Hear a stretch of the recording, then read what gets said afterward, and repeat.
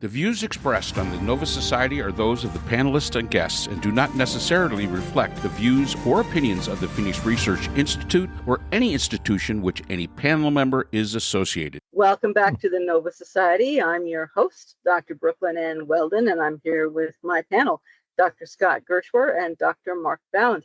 Today we will be answering listener emails. We have a question from John, who lives in Bangor, Maine. And John says, you probably won't answer this email, as I'm sure everyone is asking about the U.S.'s bombing Iran. But, John, we are answering your email. But if you do, as we are, I'd like to know the panel's thoughts on what is the U.S.'s end game? Excellent question. Are we looking for a regime change in Iran? Do we even have an end game? Or is this just a reactionary response with no known set goals? And, John, that is an excellent question. Gentlemen, Mark, Scott? Well, here we are. We chose your email out of millions. Yes. And yes, we did. Out of the plethora of emails that we get. I mean, it's a great question. I honestly, unfortunately, here's the problem that we run into. We run into the same problem as a lot of the mass media that have not already made up their mind. So I'm not talking about Fox. I'm not talking about OAN. I'm not talking about Newsmax, who's going to spin it the way they're going to spin it. That's going to be in favor of Trump. I'm not talking about MSNBC, who will spin it totally against Trump. And a lot of Brian Taylor Cohen and all those other people that you see who are going to spin it against Trump. The Young Turks, same thing. They all are acting on the idea of they're all basing their opinions on the idea that they have more information than they really have, that they know more than they really know. And if we have not figured out from the first Trump term and the actions in the first few months of the second Trump term, it is very difficult to figure out exactly what is going on in that administration. Who's really making these decisions? What are those decisions being based upon? It is extremely difficult because it's an administration of total chaos. You truly don't know who's running the railroad. And that's a dangerous thing, to have that situation in the most powerful country on the face of the earth. With the capabilities that we have, we should know. We should at least get a sense of what the administration's end game is going to be. Is there regime change? From my perspective, that is exactly what the goal should be. But and I've said this before, regime change, but please, for God's sakes, don't let the United States decide what it's going to be, because we're really bad at that. We have really put some really bad people in charge. I mean, there's a bunch of people we put in charge that really were the wrong people to put in there. We backed the wrong horse. But there should be a regime change. And the regime change should be decided by the people of Iran. Now, if this facilitates that, great. Watch Iranian TV, you see a whole bunch of people out there demonstrating, death to America, yada, yada, yada. They're very unhappy about the bombings, yada, yada, yada. But that's a very small percentage of the population of Iran. The Iranian people have really had it hard for quite some time, and they are probably ready for a change. And if they are, let them decide what the change is going to be. Now, if the United States and the United States' allies wish to get involved in any way, it should be only to make the playing field even, so that the military, with what it has, can't come in and just take over. Playing field level for the regime change that the majority of the people in Iran want. And let's remember, they're people too. And I know a lot of people are going to say, oh, well, they're the evil, they're this, they're that.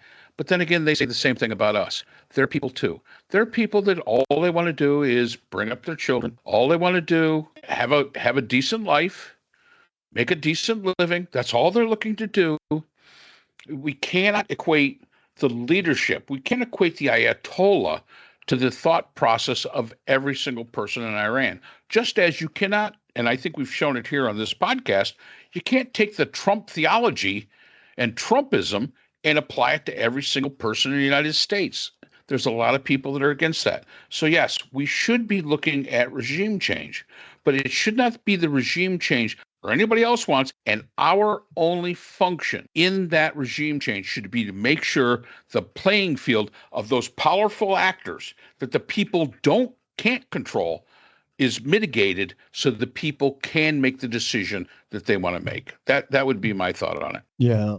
Go Can I ahead, just Brooke. point out, I don't remember when the Shah was installed. However, the United States was responsible for removing the democratically elected leader of Iran at the time and installing the Shah, who was then deposed or gotten rid of, and the Ayatollahs came in, as I understand it. 1979, I don't remember when. I'm not an Iranian 1979. expert.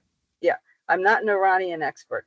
And as you say, Mark, people just want to get along all around the world. It doesn't matter where they live. As far as Trump's endgame, I don't know if they've thought that through. I don't think that anybody is thinking anything through. Marginalizing our allies. I mean, I don't think anybody's thinking anything through. Now, if regime change is what the Iranian people want, and they want help and support with that, certainly the United States is not the nation to provide that to them, and certainly not alone. But we don't seem to have allies left. We're alienating everybody. So perhaps the Iranian people need to be looking to Europe. This was another one of those post-World War I screw-ups by the British government, right? So they put in a puppet regime that served their purposes. If you want to go back a little bit further, at some point or another, the British decided that their navy should be run on oil and not coal. England is full of coal, but the decision to move to oil made them dependent on the Middle East because they don't have oil. And so all of a sudden, Britain's got interest in the Middle East. Iran is one of the major countries that has oil in the Middle East, and it became a British, a British asset or interest. The United States helped Great Britain in 1953 overthrow the government there, stable government for 25 years. Because I don't think that there's a lot of them out there that look a lot like that kind of stability. Now, that didn't help the Iranian people because the Shah was horrible and his secret police preyed on their people, and, they were intimidated and suppressed and all kinds of bad stuff. So we don't want to see that happen again. Let me talk about the big picture, because I actually read a column by Tom Friedman the other day that actually makes sense. Not a lot of his columns do to me, but this one did. And basically he said that the world is right now divided in two. There are countries that view international trade and international alliances as a good thing, and a open world is a good thing. And then there are countries that don't want that and that only want to defeat. Unfortunately, we have just moved from the one to the other, right? And this is all due to Donald Trump being the president. Has nothing to do with U.S. interests or policies, about his assessments that they're based on data he picked up along the way in the 1980s and has never updated. He has swapped out China for Japan in the 1980s, for example. He looks at Iran from the viewpoint of somebody who last had a memory or a thought in his head in 1979 or 1980 and sees Iran through that lens. And he looks at Russia as a great opportunity for himself to make lots and lots of money. But that's the big picture. As I've said before in this podcast, I am all for regime change in Iran. I believe it has to happen. And I believe that Iran was the one that triggered the October 7th, 2023 attack to stop an alliance between Israel and Saudi Arabia that had been announced 2 weeks earlier at the UN by Bibi Netanyahu. And that would have included, as a concession by Israel, a Palestinian state. And it was the last thing on earth that the leader of Iran wanted to see. And he greenlit the Hamas attack, which had been planned for years but never carried out. Bombing another person's country generally brings out more nationalism, not less nationalism. And so the people of Iran are probably rallying around their leader a little bit more than they would have, last week. That's really unfortunate. Unfortunate, one of these unknown, or really a known unknown, I think, that they should have seen coming.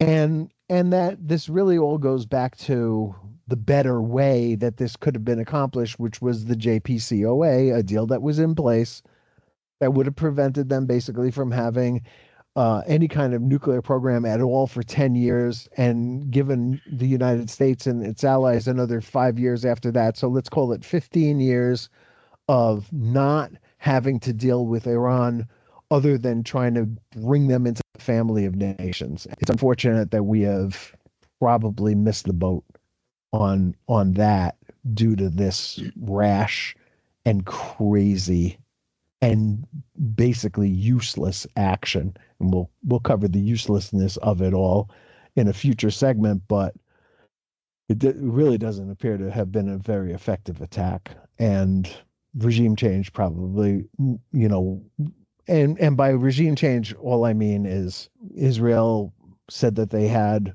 their sights on the supreme leader, that they could have killed him, and Trump told them not to. And it is so Trump, because Trump doesn't care about the people. He doesn't care about the Iranian people. He doesn't care about the Israeli people. He doesn't care about the Chinese people. And he certainly doesn't care about the American people. But what he does respect is leaders who claw their way to the top violently more than he respects leaders who are nominated and elected by the people. Since he has come on the scene, have been those leaders that have blood on their hands. And as he once said, we have blood on our hands too. But he is, as usual, his diagnosis is completely crazy. And I really do think that we are in a bad place right now. I continue to predict there will be ramifications for this that we're not seeing right now. But certainly one of them is that Iran is not making a deal with the United States of America. That is unlikely to happen. Certainly not a deal with JCPOA, where they give up so much. So I think we've blown that one. Yeah. And I think that, we agree that, yes, regime change probably is what should be sought. Is that really what the Trump administration is even thinking about? I don't know. Maybe that's a little bit too far future thinking for their ability. But I think we all agree that the regime change really has to come from the Iranian people. It must be decided by the people of Iran. And I think that our only function, as I said before, is to make sure that the playing field is level so that the people of Iran can make that decision for themselves. And then, hey, the rest of the world has to live with it. But yeah, I agree. Yeah.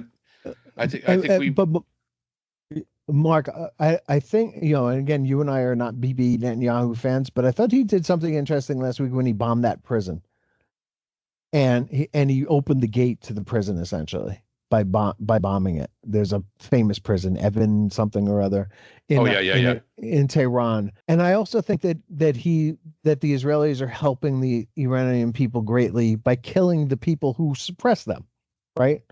By killing the Republican Guard, by killing the supreme leader, the Ayatollah's people, and creating conditions where the people can rise without being afraid to be gunned down. And if it were to occur that that there would be violent backlash, I hope that we would do, or Israel would do, exactly what Obama did in Libya, where he saw that the people of Benghazi who had risen up against Gaddafi were about to be massacred by Gaddafi's army, and he sent in the jets to gun down the army, and then created the conditions that could happen for the Libyan people to rise up, find Gaddafi in a ditch, anally rape him with rifles and other piping and stuff like that before shooting him in the head, and declaring themselves free of him. It's been messy. It's a horrible situation, over the years, maybe coming into focus. We saw the same thing with Iraq after Saddam Hussein was deposed. It's not clean, right? Even Egypt wasn't clean. It took another 87 years for us to get rid of slavery and make a country that, at least lived up to the creed of the country, which is that all men are created equal. There's my soapbox. And again, that should be an American attitude, creating the government that the people want. And if we actually went back to that ideology, if we had that ideology during the 20th century, when we put in so many, I always think about Manuel Noriega at Nicaragua that we put in there, and then we eventually went after him. I mean, we're the ones that put him there, not the people, but we were. And I think, and again, I think you're right, Scott. We've got to let these things play out, not be what we want it to be. But then again, in a lot of cases, we are not what we want it to be right now. And you've got to let people have got to decide what they want to be governed by. Yeah. And you can't force it. Exactly. And I will say this, we saw that Bush made a huge mistake. W made a huge mistake when he allowed Hamas to run in that election in Gaza. Absolutely. Terrible mistake. And it basically boils down to this: bullets or ballot, right? But there have to be some guardrails to make sure that the worst people in the country don't take over the country. Exactly. Right. As I say, You've got to make our job and our allies' job and everybody outside of Iran's job should be level the playing field. Not make a decision as to who's going to be in charge, but make sure that there's a level playing field. If there is a player that wants to be in charge, like Hamas was in Gaza, that is going to make the playing field unlevel because there's going to be bullets as opposed to ballots, that's where you step in. And I agree with you. Bush made a huge mistake in allowing that. And that's where you step in and you say, no, you're out. The military in Iran, the Republican Guard, no, you're out. It's got to be political, not military and not a terrorist organization. Human beings must be awfully stupid. We should have been eaten by wolves by now. Human beings are the antithesis to Darwinism. We should have been eaten by wolves by now. Yeah, apparently so. So I hope we answered the question. Do either of you have anything more to add to John from Bangor's question? No, I think we hit it. Great. So thank you both. Thank you, John, for your question. And thank you to all our listeners for spending some time with us.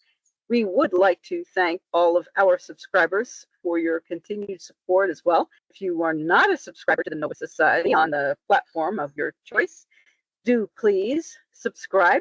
We really appreciate that as well.